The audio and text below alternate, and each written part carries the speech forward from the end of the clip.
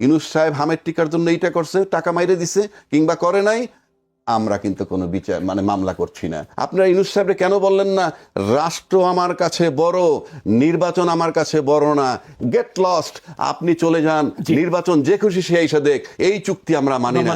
দিন শেষে আমরা দেখছি যে যখন ক্ষমতায় ছিলেন তার আত্মীয় স্বজন, তার দলের লোকজন হৃষ্টপুষ্ট হয়েছে। আপনি কি দেখেন আসলে বিএনপির সামনে কি কি চ্যালেঞ্জ? আমি যে কথাগুলো বলেছি এগুলো কি চ্যালেঞ্জ হবে মোকাবেলা করতে, নাকি চ্যালেঞ্জ মোকাবেলা করে সামনের দিকে এগিয়ে যাবে বিএনপি? আপনি কি মনে করেন? আপনি যদি সিম্পল আসেন, আপনি বঙ্গবন্ধুর পিরিয়ডটা আর জিয়াউর রহমান সাহেবের পিরিয়ডটা আমি বাদ দিতে চাই। কেন বাদ দিতে চাই? তারা যে টাইমটা আসছে, একদম শেখ মুজিবুর রহমান সাহেব আসছেন একেবারে মুক্তিযুদ্ধের পর একটা ভঙ্গ দেশে, এবং তিনি গুছিয়ে উঠতে পারেন নাই, এর ভিতরে উনি নিহত হইলেন। তারপরে আসলেন জিয়াউর রহমান সাহেব। ওই যে বঙ্গবন্ধুর যে নিহত হইলেন তখনকার যে টার্মোয়াল সিচুয়েশন, তারপরে সে আইসাও কিন্তু একটা লম্বা সময় পান নাই। আপনি লম্বা সময় যাত্রা শুরু যদি ধরেন, তাহলে প্রথম লম্বা সময় পেয়েছে 9 বছর এরশাদ, তারপরে লম্বা সময় পেয়েছে 10 বছর বেগম খালেদা জিয়া, তারপরে 2 টার্মে 20 বছর ক্ষমতা পেয়েছে শেখ হাসিনা। এইটাকে যদি আপনি যোগ করেন তাহলে 29টা বছর হয়। এই 29টা বছরকে আমি সিলসিলা যদি ধরি, ধারাবাহিকতা, প্রত্যেকে কিন্তু বুকে হাত দিয়ে নানান জনের নানান নাটক, কেউ ভ্যান গাড়ি দিয়ে বাসায় যায়, কেউ সাইকেল চালায় অফিসে গেছে, বন্যার ভিতরে সাঁতার কাটছে, দেশের উন্নয়ন করছে, জনগণের উন্নয়ন করছে। যদি আপনি উন্নয়ন করতেই থাকেন, তার ধারাবাহিকতায় আমার যাওয়ার কথা। আপনি 29 বছর একটা ঘর সাজাচ্ছেন, আপনি কন্টিনিউ সবাই সাজাচ্ছেন এবং প্রত্যেকেই দেশের উন্নয়ন করছেন। কেউ 19 দফা, কেউ 28 দফা, 18 দফা, কেউ 5 দফা, 50 দফা, সবাই শুধু উপকারী করছেন, জনগণই মঙ্গল করেছেন।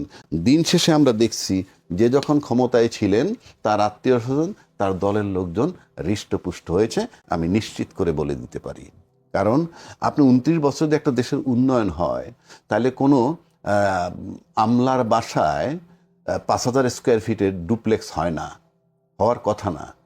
রাস্তা থাকতে হয় মসৃণ, স্ট্রিট ল্যাম্পের অভাব হবে না, রাস্তায় ছিনতাই হবে না।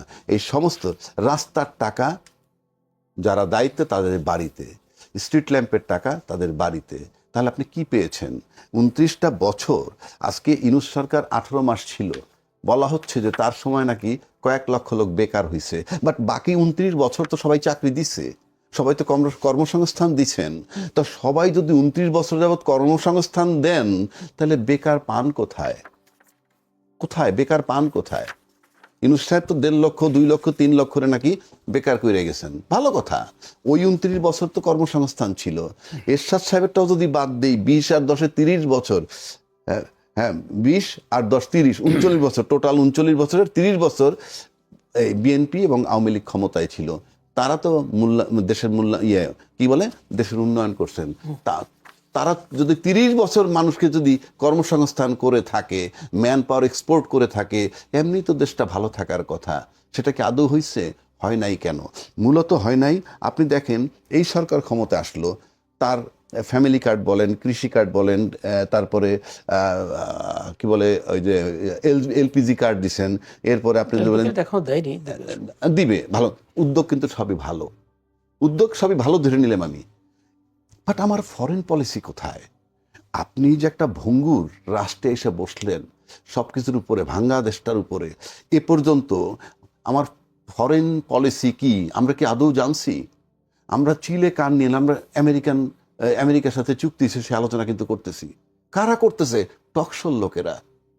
আপনি সংসদে কোনো আলোচনা হয়েছে এটা নিয়ে? সরকার পক্ষের কোনো মুখ খুলতেছে? যেখানে এটা তো বলা হচ্ছে যে এটা ইন্টারিম গভর্নমেন্টের ডক্টর ইউনূস এই চুক্তিটা আমার দেশের উপরে চাপিয়ে দিয়েছেন, বাণিজ্য চুক্তি করে। নির্বাচনের 3 দিন আগে একই সাথে হামের টিকা না কিনে দেশকে হামের মধ্যে ফেলে দিয়েছেন। এটা কি তামাশা না? তো আপনি ইউনূস সাহেব হামের টিকা আনে নাই, কঠিন অপরাধ না? তার বিরুদ্ধে মামলা হয় না কেন? কেউ কেউ কমেন্টে লেখে আপনি মামলা করেন না কেন। এটা তামাশা নাকি? মামলা করবে তো সরকার, বিকজ সব ডকুমেন্ট আপনার কাছে, এভিডেন্স আপনার কাছে, গাফলতি তার কি না? এই মামলা কে করবে? আপনি আমাকে বলতে হবে তো। টকশোতে যারা এই কথাটা আনে, তাদের যারা বলে, তাদের তো মামলা করা উচিত।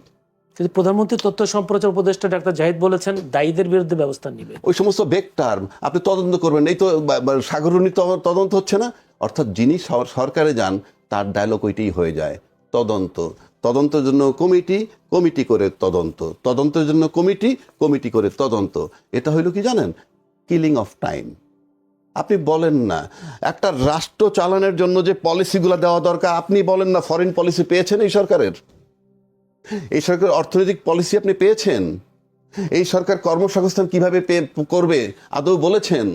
এই সরকার গার্মেন্টস রপ্তানি কিভাবে বাড়াবে বলেছেন? ম্যান পাওয়ার এক্সপোর্ট কিভাবে করবেন বলেছেন? আপনি কার্ড দিবেন, কার্ড দিলে কি হবে? আপনি সময়ের কার্ড দিচ্ছেন, ফাইন, আমার এটা নিয়ে আপত্তি নাই। একটা কান্ট্রি কি দেশ চলে কি কার্ড দিয়ে? আমি কার্ড দিয়ে দিব, হয়ে যাবে। থেকে বলে 3 মাসের মধ্যে এত পলিসি, এতগুলো সম্ভব কতটা? সরকার মাত্র 3 মাস ক্ষমতা। এই পলিসি আপনি দেবেন মাত্র 3 মাস। যদি আপনি খুব গুরুত্বপূর্ণ মনে করেন, রাষ্ট্র চালাবেন ফ্রম ডে 1, আমি তো আপনাকে তো কেউ বলবে না আপনি 3 মাস নেন, 6 মাস নেন। আপনার কি মনে আছে অন্তর্বর্তীকালীন সরকার যখন আসলো 250 আন্দোলন হয়েছে? সেই আন্দোলনগুলো কে তৈরি করছিল? সেই আন্দোলনগুলো কাদের? আপনার প্রশ্নের পরিপ্রেক্ষিতে বলতেছে, সেই আন্দোলনগুলো তো সরকারের ঘাটতির কারণে হয়েছে। তো সরকার কে ছিল? শেখ হাসিনা। তার আগে ছিল বিএনপি। যদি তাদের নির্যাস হয়, তাদের ফলাফল হয়, তার দাবি দেওয়াগুলা, ইউনিট সরকার আসলো 3 দিন, তৃতীয় দিন থেকে যদি আপনি আন্দোলন শুরু করতে পারেন, তাহলে আজকে আন্দোলন নাই কেন? ফুলফিল হয়ে গেছে, দাবি দেওয়া শেষ। যদি দাবি দেওয়া শেষ থাকে তাহলে তার এই দেশে কোনো প্রবলেম নাই, তাহলে তার কোনো প্রবলেম নাই। আমরা আলাপটা করছি কেন? আপনি বলতে হবে আমি আলাপটা করছি কেন? আপনি তেলের দাম বাড়াইবেন 20 টাকা পার লিটার, বাড়ান। আমি বাড়াইতে পারেন, আপনি পৃথিবীর সব দেশেই বাড়ায়।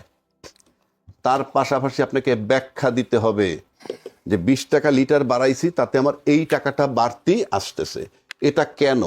এবং এইটা নিয়ে আমি শুধু 20 টাকা বাড়তি না, আপনি ট্যাক্স বাড়াবেন, অলরেডি বলছেন ট্যাক্স বাড়াবেন, মোটর সাইকেলের ট্যাক্স বাড়াবেন, সব বাড়াবেন, তারপরে বিদ্যুৎ বিল বাড়াবেন, ওকে ফাইন। আপনাকে পরিষ্কার একটা এক্সপ্লেনেশন দিতে হবে, সেটা কি? এই যে বাড়াবেন, বাড়াইয়া যে বাড়তি টাকাটা পাবেন, সেটা দিয়ে রাষ্ট্রের জন্য কি মঙ্গলজনক করবেন যাতে মানুষ স্বতঃস্ফূর্ত হবে। এখন তো মানুষের সিম্পল প্রশ্ন, বাড়াবেন কেন, বাড়াবেন কেন? আপনি টাকাটা বাড়াইয়া করবেন কি সেটা বলবেন না? আপনি টাকাটা বাড়াইয়া করবেন কি সেটা আপনি বলবেন না? এটা বলা ম্যান্ডেটরি অর্থনীতির থিওরিতে। আপনি আপনার ফ্যামিলির বাজেট, আপনার স্কুল গোয়িং বাচ্চা, কলেজ গোয়িং বাচ্চাও যদি বলে তুমি আগে টিফিন নিতে এত, এখন চাচ্ছ, কেন চাচ্ছ এত? কেন চাচ্ছ এত? কফির দাম এত বাড়ছে, চায়ের দাম এত বাড়ছে, অ্যাকর্ডিংলি আপনি অফিসে এসে বলবেন আমারও বেতন বাড়াইতে হবে। এই জন্য আপনার ব্যাখ্যা লাগবে। আপনি ব্যাখ্যা না আপনি বাড়াবেন, তাহলে তো প্রতিক্রিয়া হবে, সাইড এফেক্ট হবে। Very simple. আপনার সাইড এফেক্ট ঠেকাইতে হইলে তো আপনাকে ওইটা ব্যাখ্যা দিতে হবে যে আমি এই কারণে বাড়াচ্ছি, এবং এইটা বাড়ায় যে আয়টা, টাকাটা আমার কাছে বাড়তি আসবে, সেটা আমি এই কাজগুলা করব জনকল্যাণমুখী। এখন আসেন বাংলাদেশের জন্য যে পরিবর্তনটা দরকার, সেটা হলো প্রতিষ্ঠান। প্রতিষ্ঠানটা কিরকম? যে আপনার প্রতিষ্ঠানতে আপনি, ওনারও অনেক ফ্রেন্ড আছে, আপনার অনেক স্কুল ফ্রেন্ড আছে, আপনারা দেখছেন কেউ পুলিশ আছে, কেউ ডাক্তার আছে। আপনি জানেন যে as a man he is a very nice soul, আপনি সবাই জানেন, আপনাদের বন্ধু। কিন্তু যখন সে মেডিকেল কলেজে যোগ দিয়ে দিল ডাক্তার হিসাবে, কিংবা একজন কর্মকর্তা হিসাবে সরকারি প্রশাসনে ঢুকলো, তারপর দেখতেন তার অ্যাটিটিউড চেঞ্জ হয়ে যাচ্ছে, প্রবলেম হচ্ছে, এবং আস্তে আস্তে আপনার সেই বন্ধুটাকে আর খুঁজে পান না। মানে আপনার সেই যে বন্ধুর গুণাগুণওয়ালা বন্ধুটা, তাকে খুঁজে পান না। এটা নষ্ট হয়েছে প্রতিষ্ঠানে ঢুকে। এই প্রাতিষ্ঠানিক যে চেঞ্জগুলা, প্রাতিষ্ঠানিক যে পরিবর্তনগুলা, সেইগুলোর জন্যই ছিল আমাদের দরকার সংস্কার। সেই সংস্কারটা যারা করতেছে না, এই না করলে যারা লাভবান হয় তারাই রাজনীতিবিদ। এই সংস্কার না করলে যাদের লাভবান হয় তারাই রাজনীতিবিদ। কারণ যে এই কর্মকাণ্ডগুলা যারা করে, এটার ভিতরে 3টা সেক্টর। যেমন আপনি আমাদেরকে অনেকগুলো প্রশ্ন এখানে এসে করলেন, এই প্রশ্নগুলো তো আপনার আমাকে করার কথা নয়। এই প্রশ্নগুলো করার কথা যারা কনসার্ন ব্যক্তি। আপনি কি একবারও গিয়ে জিজ্ঞেস করছেন অর্থমন্ত্রীকে? আপনি বলছেন ট্যাক্স বাড়াবেন, কেন বাড়াবেন প্রশ্ন করছেন? করেননি। 20 টাকা তেলের দাম বাড়াইছেন, আমি তো কোনো ফলো আপ দেখি নাই যে এই কারণে 20 টাকা বাড়ে, তার উপরে আপনাদের প্রতিবেদন দেখি নাই, কোনো পত্রিকা লেখে না। তো আপনি এটা যদি না করেন, সাংবাদিকের কাছে যেই প্রশ্ন করা দরকার কনসার্ন ব্যক্তিকে, সেটা করছেন আমাকে। আমি যা বলবো সবই অনুমান ভিত্তিক, একটা গবেষণা, এটার সাথে এটা মিলে, এটার সাথে এটা মিলাই বলবো। আমি তো কোনো মিডিয়াকে দেখি না, নিউজ পাচ্ছি, ভিউজ পাচ্ছি না। ভিউজটা হইলো নিউজের আলোকে যেটা ভিউজ হবে, যেটা তার হলে আপনারা লিখবেন কনসার্ন ব্যক্তির ওপিনিয়ন নেওয়ার পর।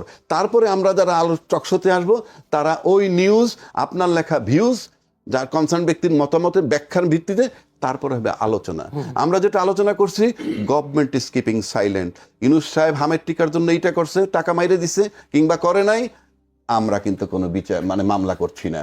আসেন আমেরিকান চুক্তি, খলিলুর রহমান বলতেছে আমরা বিএনপি জামাতের সাথে সম্মতি নিয়ে করছি। তারপরে ফরিদা আক্তার উনি বলছেন সম্মতি নিয়ে করেছি, এবং এটার ভিতরে ক্লজ আছে 60 দিনের নোটিশে বাতিল করা যায়, রিভিউ করা যাবে, কোনো দফার যদি অপছন্দ হয় সেটা নিয়ে আলাপ করা যাবে। কোনো আলাপ নাই, টকশোতে এসে আমরা আলাপ করতেছি। সম্মতি নিয়ে যদি আপনি আমেরিকার সাথে চুক্তি করেন, তাহলে রাজনীতিবিদদের কাজ কি? রাজনীতিবিদদের কাজ আপনি ক্ষমতায় আসার পর বৈশা দেশ চালাবেন, না আপনার চোখের সামনে যখন দেখবেন একটা অঘটন ঘটতে যাচ্ছে আপনারা পাহারা দিচ্ছেন?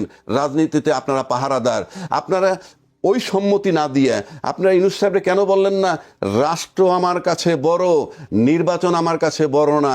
গেট লস্ট, আপনি চলে যান, নির্বাচন যে খুশি সে এসে দেখ, এই চুক্তি আমরা মানি না। আমরা বুঝতাম যে ইয়েস, রাজনীতিবিদদের কাছে দেশ নিরাপদ। আপনারা যেহেতু এখন প্রকাশ্যে বলতেছেন যে আমরা যাতে নির্বাচন নিয়ে বাহানা না হয় সেজন্য ইয়েতে স্বাক্ষর করছি, গণভোটে ইয়েতে মানছি, তার মানে ইউনূস সাহেব দেখছে যে আপনারা এই রাজনীতিবিদরা ক্ষমতায় যাওয়ার জন্য লোভী, ওটাকে উনি ক্যাশ করেছে। এবং দুই পক্ষের একই অপরাধ, রাজনীতিবিদ বনাম ইউনূস এই চুক্তির জন্য, আমেরিকার চুক্তির জন্য একইভাবে দায়ী, সবাই দায়ী।